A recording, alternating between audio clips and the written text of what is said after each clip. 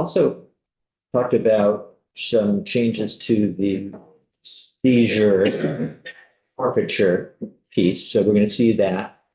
I know that there've been a few other changes, which we'll just let Mike run through as we go. And we don't have everybody here, but we'll start the meeting. I know Representative Wilson had to leave, Representative Supernaut will be back. John, question.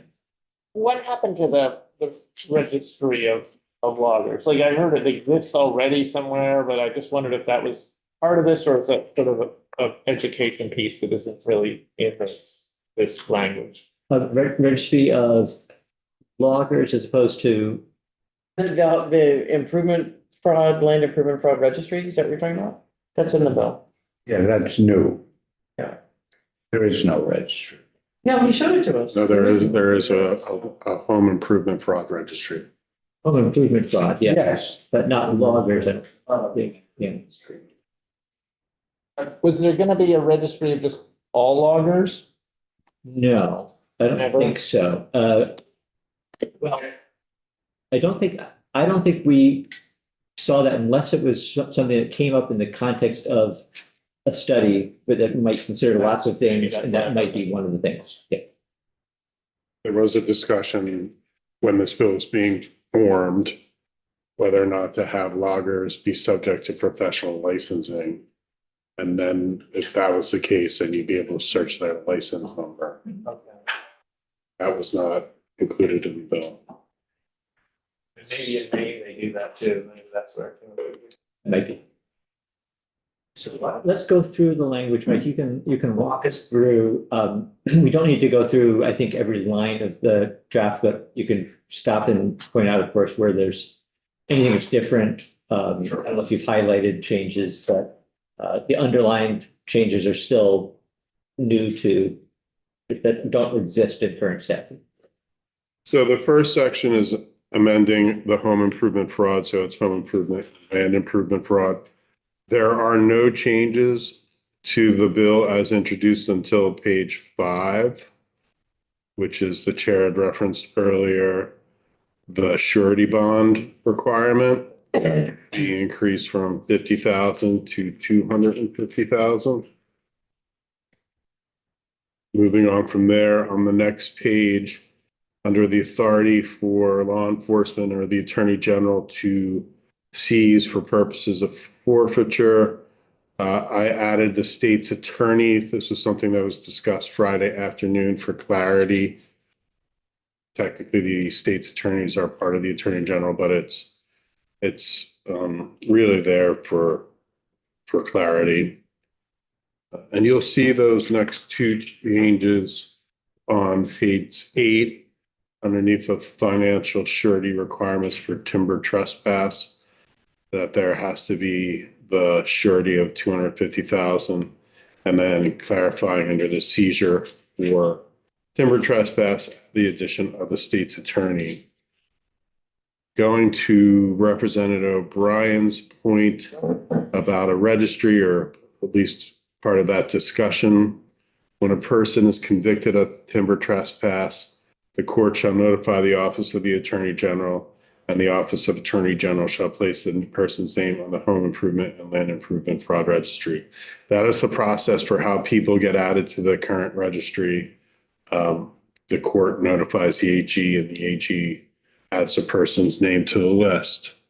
And then again, as part of the discussion on Friday, or maybe it was yesterday with the chair, there is a directive as part of the fraud registry for the attorney general to provide educational information for landowners regarding precautions to take or resources to reference prior to entering a contract for land improvement or timber harvesting. So cautious things that can be done. Just from my knowledge of some of the different executive branch agency websites, it's a pretty common resource. A&R has a what to do before you buy a dam. You know, As one does. so Yeah, you said, yeah. before you buy a dam, okay. What to know, yes. the House clerk just bought a dam. So there are things that the agency could provide, the Attorney General could provide as educational or resources for reference. Section 3 relates to expungement. Representative O'Brien. Sorry, so on the, just up above there, when it says it's convicted, was, because you were telling us Friday about it could be a civil judgment Well, and. this is just conviction. This is not, this is just your criminal conviction. Section 3, there was a request to make these offenses expungement.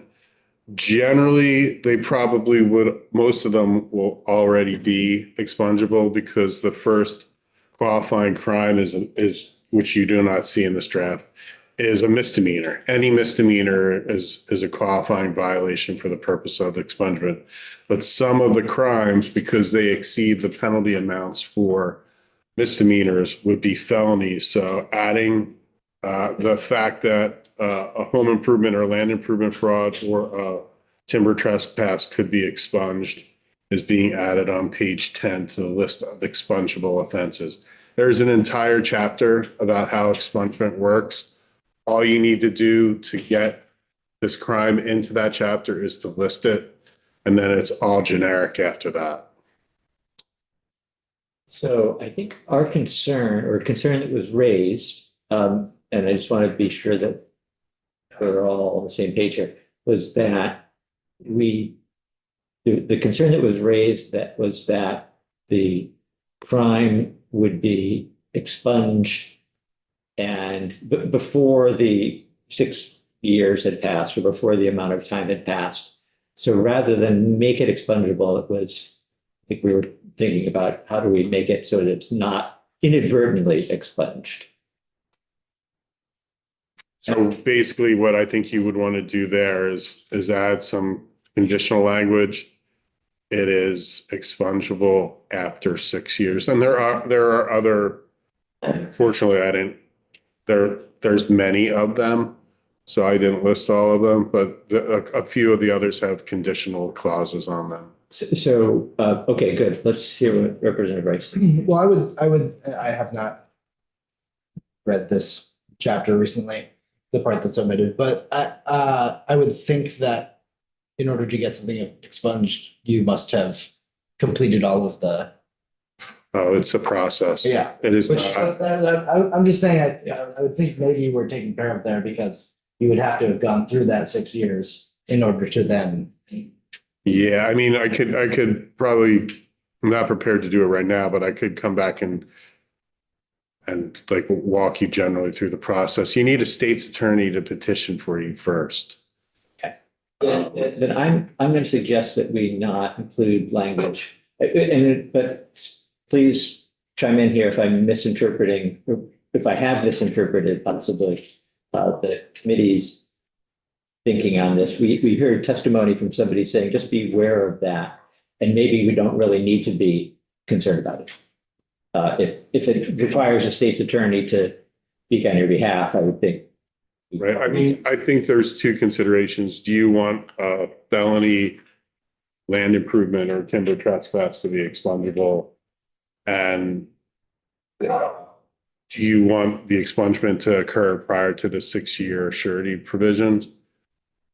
As Representative Rice just noted, it's probably not going to happen quickly. And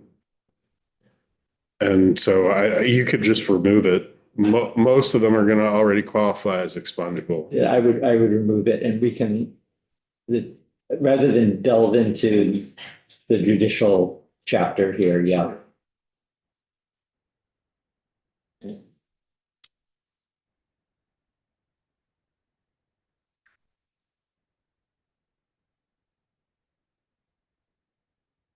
Okay. So the next change is on page 11. It's the next couple of changes are clarifying or technical. I just wanted to clarify on page 11, line 1, and those crimes that are subject to seizure and forfeiture, that it's a civil timber trespass. It had said civil trespass action. And I wanted it to be clear that it was a civil timber trespass. Similarly, on page 11, line 7, I had too many sections cited. I have 3606 cited. I really didn't need to have 3606 cited. 3605A is the forfeiture authority for both the criminal and the civil. So I didn't need to have 3606 cited. Similar change on line 13, it's a civil action for timber trespass. It had previously said just for trespass. And then on page 12, section 6, this is the disposition of forfeited property and the proceeds of that. What is being changed is that instead of 45% going to law enforcement, 60% would go to law enforcement. And it's distributed among the following for the purposes of providing training on enforcement. And then page 13, this subdivision is scheduled to sunset on July 1, 2024. It's a directive for the Agency of Administration to come up for allocations of the percentages for law enforcement. Theoretically, they've done this. I talked to Ben Overrossi about this. He said they were supposed to do it and they were in the processes of doing it, but they may not actually get it done. But in any event, it was going to sunset anyway. So instead of it sunsetting, I'm amending it. And 15% of the proceeds from forfeiture shall be made available to victims of home improvement or land improvement fraud or timber trespass. That's basically restitution.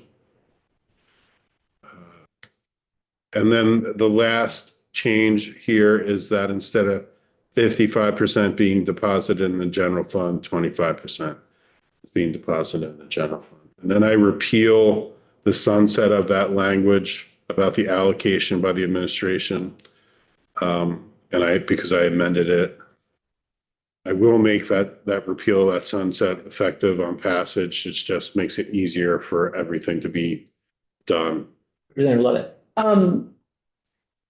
Maybe I'm missing this because I'm quickly scanning.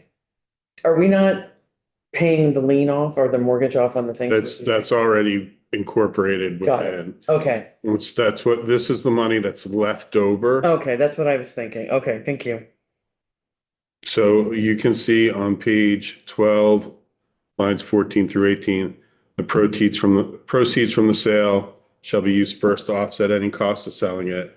And then after any liens on the property have been paid in full, applied to the payment of seizure storage. And then what's left over is distributed according to those percentages. Thank you. Section 8 is really nothing's changing there. That's just a conforming amendment. Section 9, nothing's changing there. And then section 10, this is the report that you've all been discussing and that nobody really wants to do. It'll be with the Attorney General. They report to you before January 15, 2025 regarding the current enforcement of timber trespass within the state and the potential methods of improving enforcement. It includes a summary of the current issues with regard to enforcement, recommended staffing and funding to allow for effective enforcement, and a recommendation on whether or how to implement a consumer protection system of harvest notification with trip tickets for monitoring timber harvest and delivery of timber to mills. That includes a summary of the cost to implement, a schedule for implementation, and proposed statutory changes to implement the system. And then the last subsection is the AG consults with Forests and Parks, Public Safety, the logging contractors of the Northeast, Vermont Forest Products Association, and other interested parties in preparing the report. Page 16 and the effective dates I referenced earlier, how I got rid of that sunset of that language in the forfeiture proceedings section, and I'd like to get rid of it as soon as possible so that I can make all other sections take effect on July 1, 2024 without any we call it the Cinderella effect. You have to make sure that something sunsets or repeals before something else goes. I don't want to deal with the Cinderella effect. I just want that sunset to go away immediately and then everything can go into effect on July. So, thank you, Mike, for pulling all that together. I know that, so a couple of things, and I want to hear what people think. I asked Mike to drop in those numbers that are, I won't say arbitrary, because we did sort of directionally, I think, agree that we wanted to have them be larger, but we can have conversations about both of those. And then I know that Representative Lipsky has also been working over the weekend on thinking about the study, and it has a suggestion. We don't need to look at talk about language, but just about making it a little more general, a little less specific on what things might be included. So we'll get to that. I'm also aware that it's getting close to 4, and I don't know whether anybody needs to get anywhere at 4, but we don't need to, this doesn't need to be another hour-long conversation. But any thoughts on, before we get to the study piece, let's hold off on that for a second. Any thoughts on any of the other changes or things that didn't get changed that you thought maybe we should change? I have two things that have confused me. Yeah. What happens, like with seizure and then sale when your skidder, say, is just junk, even though, it was a new skidder 2 years ago and there's still a lien on it, so you can't, it's not worth anything, so you don't get any money in the sale. So you're underwater essentially. Remember that seizure is voluntary, so it's when law enforcement wants to exercise it. So if they go on site and they're going to enforce it, and your skidder is just dangerous and invaluable, that they're not going to seize it. It's only if it is valuable. Right. I get it. Okay. The other, They'll incur more cost in seizing it and selling it than it's worth. They're not going to do that. the other thing was the $1,000 contract in the beginning. Like, what does that 1,000 represent? It's the value of the contract. So if I was the bad logger and I go to somebody and said, I'll do this selective cut in your land, I'll get you 10% of the land. Right. I do the cut, I just take all the money. Where's the $1,000 there? Like there was no money exchanged. It's just an agreement. You don't actually have to have an exchange. You have to enter into an oral or written agreement with a value of $1,000 or more. So an oral agreement would be one of the reasons why it's being added to 500 or 1,000. You ask the neighborhood kid to cut your lawn for $50 a cut.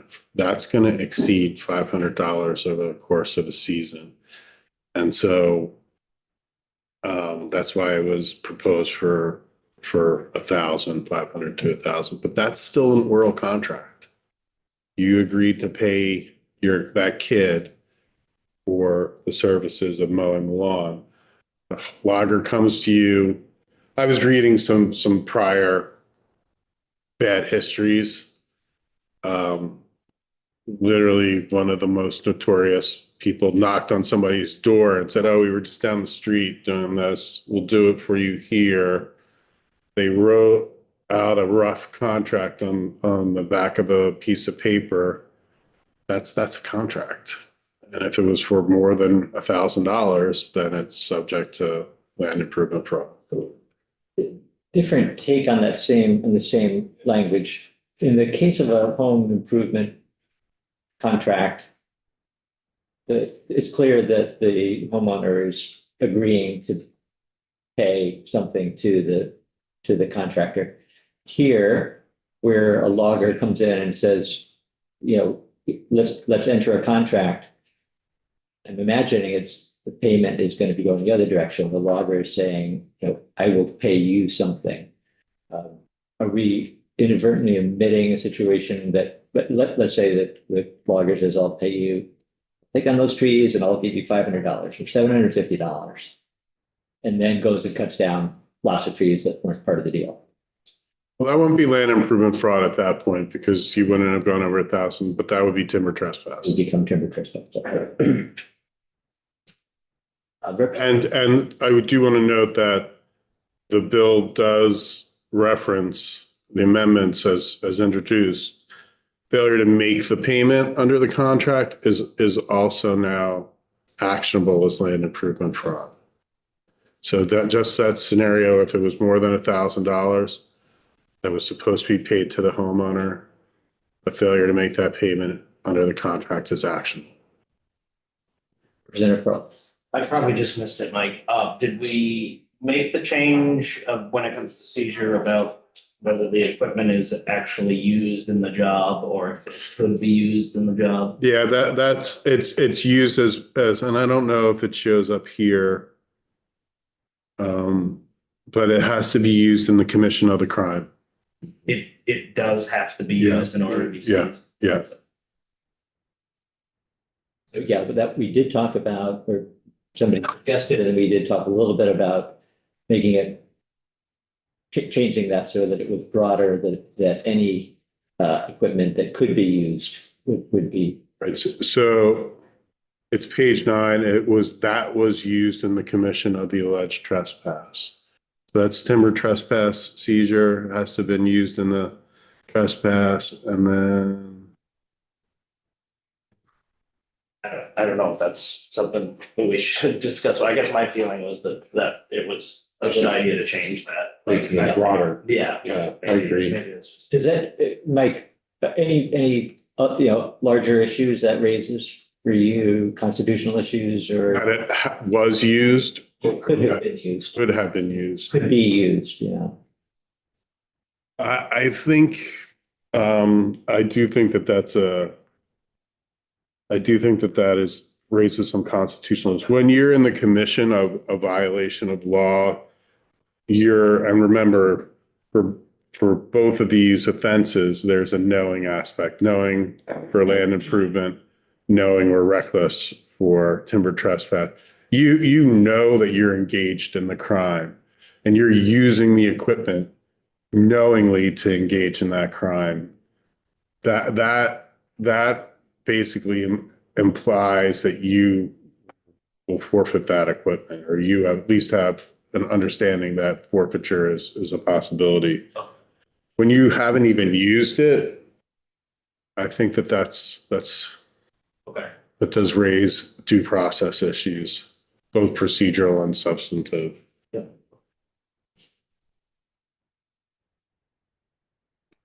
Any other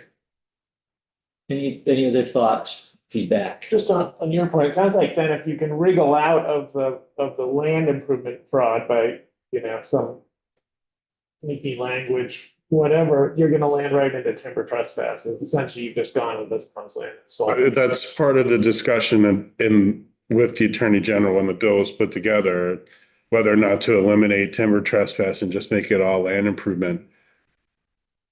And that was not agreed to by the sponsor because of that manipulation potentially of the land improvement criteria.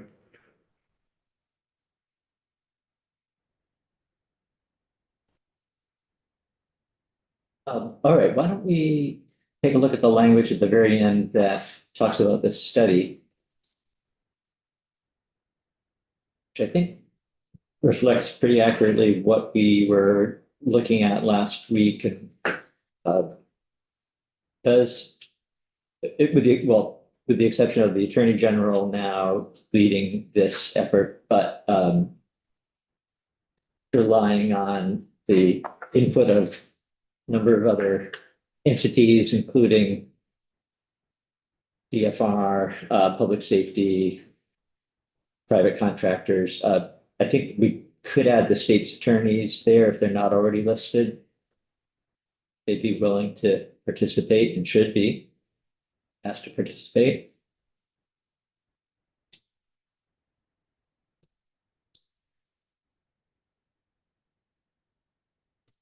So it's, the focus is on enforcement.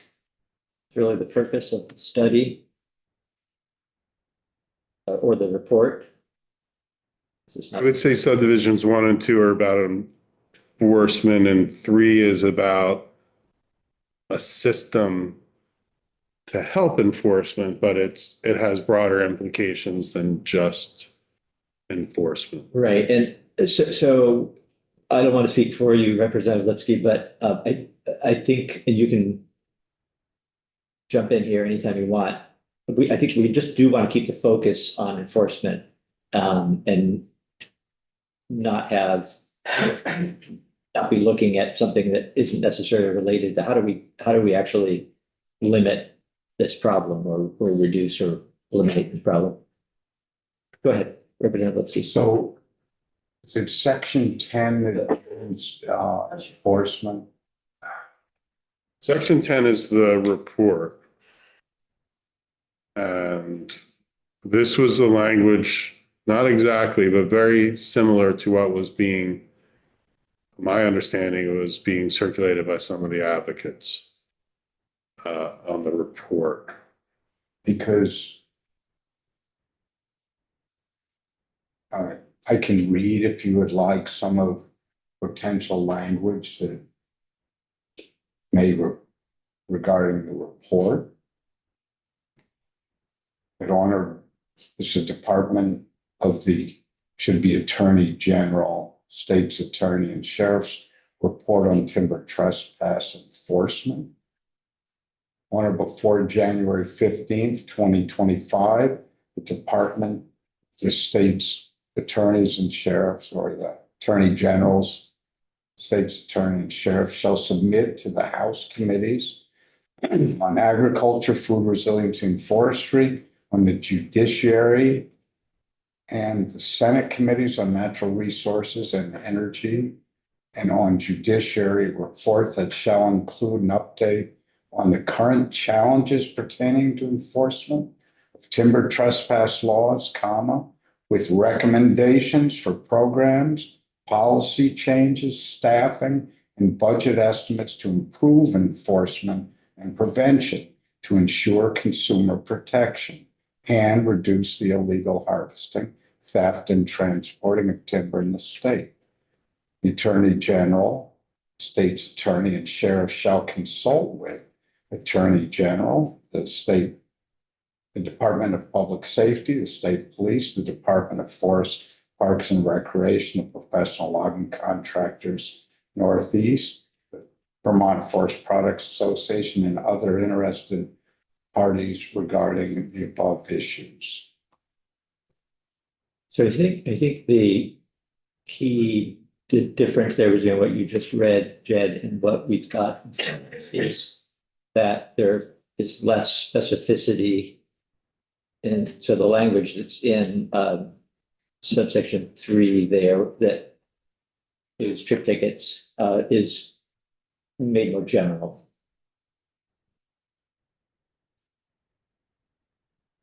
Probably. It's really close. Yeah, it's very close. I didn't hear the date that you wanted to report to. I couldn't tell if it was. On or before January 15, 2025. It's basically, I think the chair is right. Really, what level of detail you want in subdivision 3 on page 15 is really. Okay, so why and where did this proposed change come from? And So this is the language that we looked at the other day. right, So, and it had been vetted, well, not vetted, it had been proposed, I think, by the bill sponsor after talking to the advocates. I think what's come up in the meantime is, possible concern that by being specific on things like trip tickets, there, it may skew the direction that the study group takes. And it's not intended to be prescriptive. So that may be the concern. I literally took the language that was on the website from the advocates and I just reworked the structure a little bit and made it meet our drafting manual. I haven't added really anything substance. It's more just form. This language I know was forwarded to Rep. Mahaly.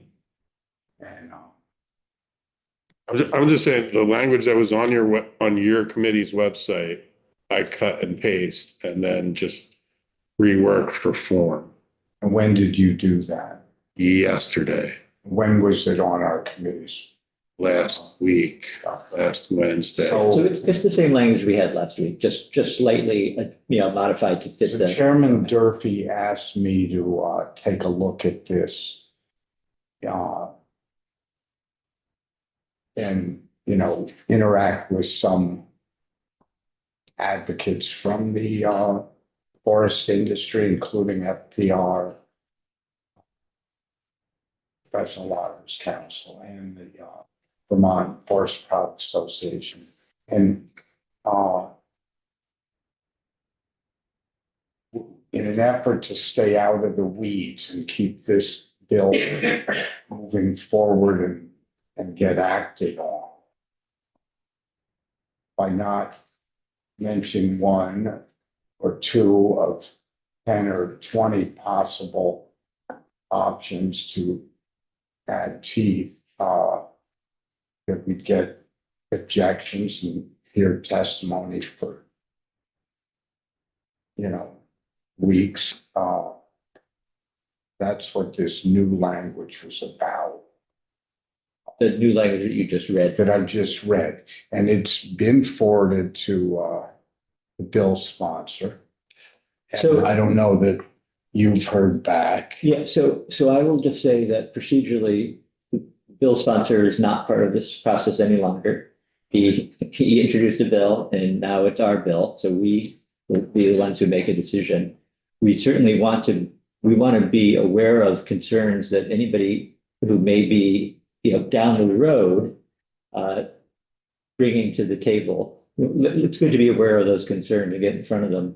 And I think this is a legitimate suggestion that while we've had a lot of talk about trip tickets, and I think it's clear that the survey or the study is not intended. It's a study. It's not implementing anything. It's a study.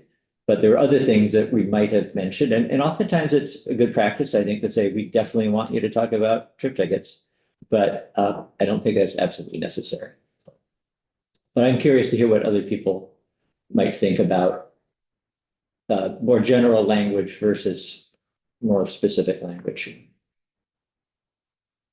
If anybody has any thoughts on that. I guess I understand the desire not to be prescriptive, but I also wouldn't want a report to come back not having considered trip tickets after we've talked about whether, we've sort of tossed around whether or not it was a good, like it, at least, so, if there's an understanding that that is one of the things that would be considered as long as we name, consumer protection system, then that's fine. But if instead we're just gonna get a report that includes, the ways in which FPR can better educate homeowners, then yeah, we're good. Good point. Yeah. My sense is that it would definitely include that, but. What if we got the word weather out of there, a recommendation on how to implement a consumer protection system? Well, I think weather is valid. But it's whether or how, so they could say whether or no, we don't want to, but how would say like, how would you actually implement it? Weather feels like a loophole to me. How versus whether, or. I could be overthinking it, but. See. I mean, I don't know, I guess I definitely can see where this other language, like, I don't know if we're being presumptuous in putting prescriptive things in there, assuming that those are bottlenecks to enforcement. And I would rather see the professionals that are involved in this come up with what is the right recommendation. So I guess I would lean towards the new or a more broad thing and trust that the people doing the study would know best to guide us. But I also understand that we've talked about trip tickets and that may be a thing, but I would think if it may be a thing, then the folks involved in this would touch on that, but. Thanks. Yeah, so one solution could be like, rather than being prescriptive about a specific tool that, as you mentioned, could be, one of the 10 different things that might be effective. Could we include language that says something along the lines of the people issuing this report should, look at the tools that are commonly used by other neighboring states or something like that, so that we would know that, okay, Maine has a trip ticket system, they're gonna have to look at that, but we're not naming the actual specific tools. It's a nice thought. Yeah, if you go through the list of participants in that, it includes, in that case, the executive director, the professional loggers, logging contracts in Northeast, who has a myriad of options, that myriad's a word, or a vast experience with various measures that help to protect the consumer and the public. If they aren't discussing this broad array of options and they're not doing their job, So I'm looking at our calendar for the rest of the week, and we have a pretty full day, I think, tomorrow, starting at 9, by the way. I want to be sure I didn't forget to say that. So I think we're probably not likely to pick this up again until Thursday. So we can be thinking about it in the meantime. And I think what we'll probably do, if we've got a spot Thursday, is schedule time for committee discussion and tentative vote on the bill. And if we're not right there yet, then that's fine. In the meantime, we'll loop Mike in so that he's got at least one other option for us to look at, a cleaned up option. And then after we vote the bill out, we will, just so everyone's aware, it'll probably be going to at least one more committee. So we won't necessarily be bringing it up right away. Okay. This doesn't require appropriation. No. Remember, you're reallocating the forfeiture percentages, so that's effectively affecting the funding of an agency.